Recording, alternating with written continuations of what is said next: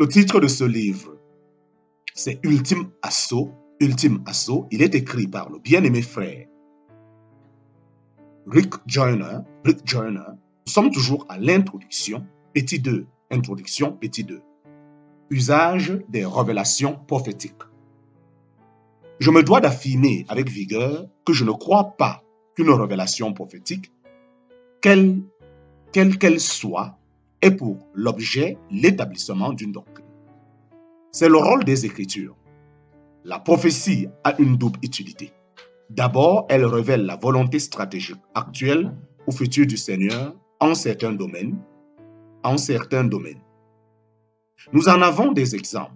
Lorsque Paul a rêvé qu'il devait se rendre en Macédoine ou que, dans une révélation, il a reçu l'ordre de quitter immédiatement Jérusalem.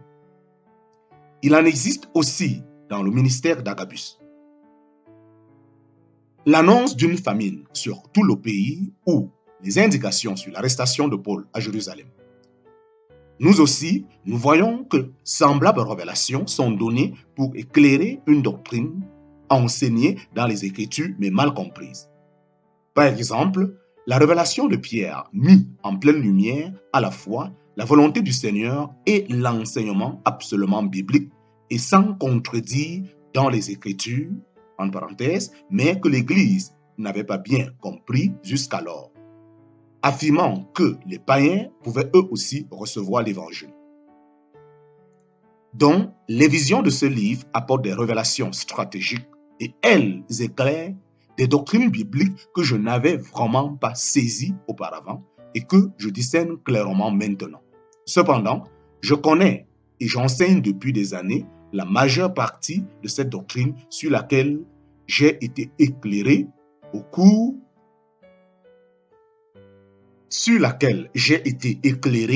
de mes expériences prophétiques. Même si je ne peux pas dire que je les ai toutes bien vécues,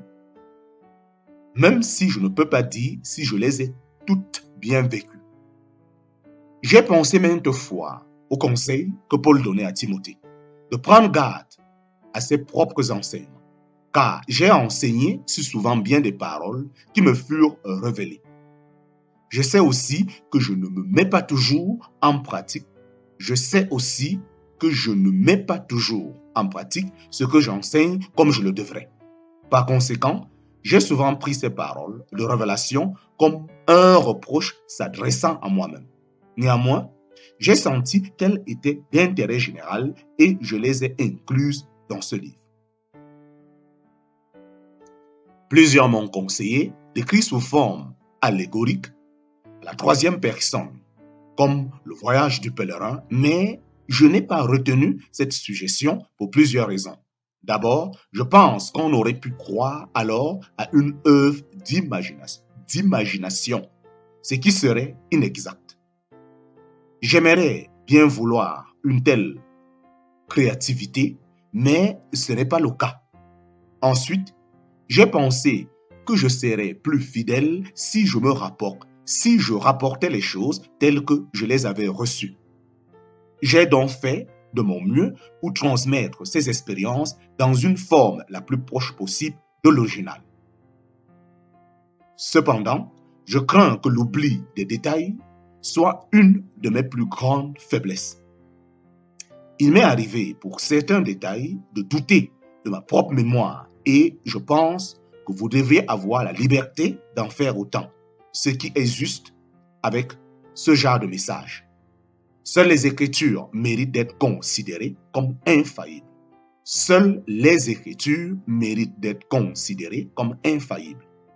Je prie qu'au cours de votre lecture, le Saint-Esprit vous mène à la vérité et sépare l'ivraie qui aurait pu se glisser dans le bon grain.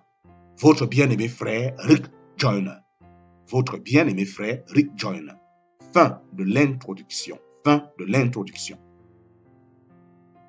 Chapitre 1. Les hordes de l'enfer sont en marche. Chapitre 1. Les hordes de l'enfer sont en marche.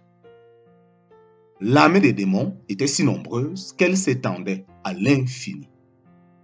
Elle était divisée en bataillons brandissant chacun sa bannière. Les tout premiers défilaient sous la bannière de l'orgueil, de la propre justice, de la responsabilité, de l'ambition égoïste, du jugement inique et de la jalousie.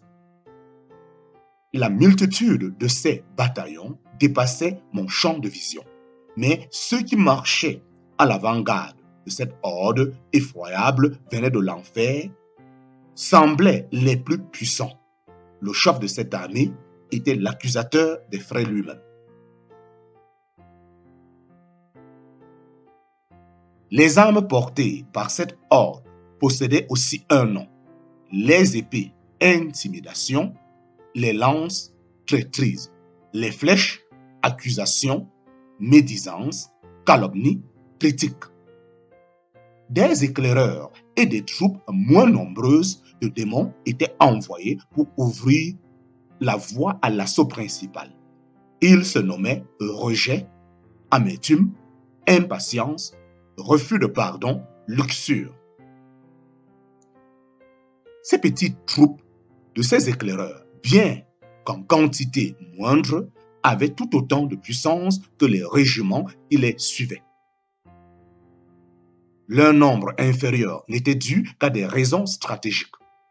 De même que Jean-Baptiste était seul, mais revêtu d'une extraordinaire onction pour baptiser les foules et les préparer à la venue du Seigneur, de même ces troupes démoniaques avaient reçu d'extraordinaires pouvoirs pour baptiser les foules. Un seul démon d'amertume pouvait distiller son poison dans des multitudes de gens ou même de races et de cultures. Un démon de luxure pouvait se manifester en un seul acteur, un film ou même une publicité. Il envoyait ce qui avait l'aspect de jets de boue électrisés pour frapper et désensibiliser des foules. Et tout cela devait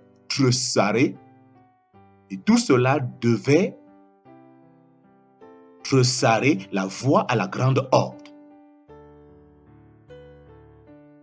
La stratégie fondamentale de cette armée était de créer la division à tous les niveaux de relations existantes entre les églises, entre assemblées et pasteurs, entre maris et femmes, enfants et parents, et même parmi les enfants.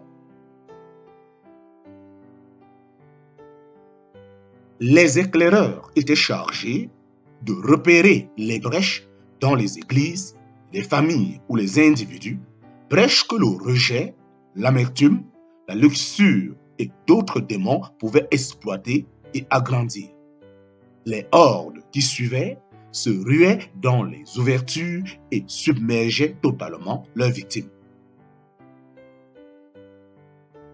Le plus effroyable dans cette vision, c'était de voir ces démons chevaucher non pas des animaux, mais essentiellement des chrétiens. Ces derniers étaient pour la plupart respectables, bien habillés, d'aspect soigné et bien éduqués. Cependant, ils semblaient aussi représenter toutes sortes de modes de vie.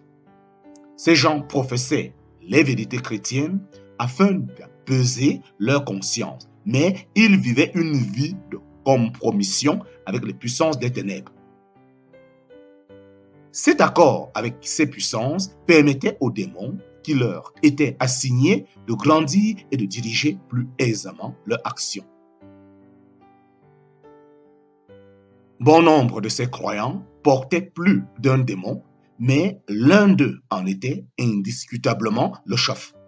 La nature de ce dernier déterminait le bataillon dans lequel il marchait. Même si les bataillons avançaient ensemble, il semblait que, simultanément, l'armée tout entière était au bord du chaos. Par exemple, les démons de la haine haïssaient les autres démons autant que les chrétiens. Les démons de la jalousie étaient tous jaloux les uns des autres. Le seul moyen pour les chefs de la horde d'empêcher les démons de se battre les uns contre les autres était de maintenir leur haine ou leur jalousie ou autres sentiments dirigés sur les personnes qui leur servaient de monture. Cependant, ces personnes se battaient souvent entre elles.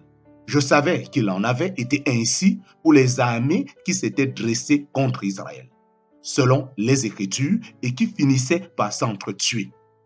Quand leur dessein contre Israël était déjoué, leur rage devenait incontrôlable et les soldats se mettaient tout simplement à se battre entre eux. Je remarquais que les démons étaient montés sur les chrétiens, mais n'étaient pas en eux comme c'était le cas des non-chrétiens. Il était évident qu'il aurait suffi à ces croyants de ne plus être.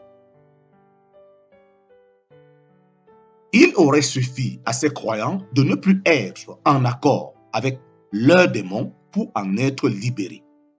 Par exemple, si le chrétien sur qui se trouvait un démon de jalousie commençait simplement à remettre cette jalousie en cause, le démon s'affaiblissait très rapidement. Quand cela arrivait, le démon en question appelait au secours et le chef du bataillon envoyait la totalité des démons autour du chrétien pour le harceler jusqu'à ce que la jalousie ait à nouveau repris ses droits. S'il n'y avait pas de résultat, les démons commençaient à citer les Écritures dont ils déformaient le sens afin qu'elles justifient la jalousie, l'amertume ou un autre sentiment. Il était clair que la puissance des démons s'enracinait presque exclusivement dans la tromperie. Ils avaient aveuglé ces chrétiens à tel point qu'ils pouvaient les manipuler tout en leur laissant croire qu'ils étaient utilisés par Dieu. Comme les bannières de la propre justice étaient portées par la majorité d'entre eux, les chrétiens ne pouvaient même pas voir les bannières indiquant la vraie nature de ces bataillons.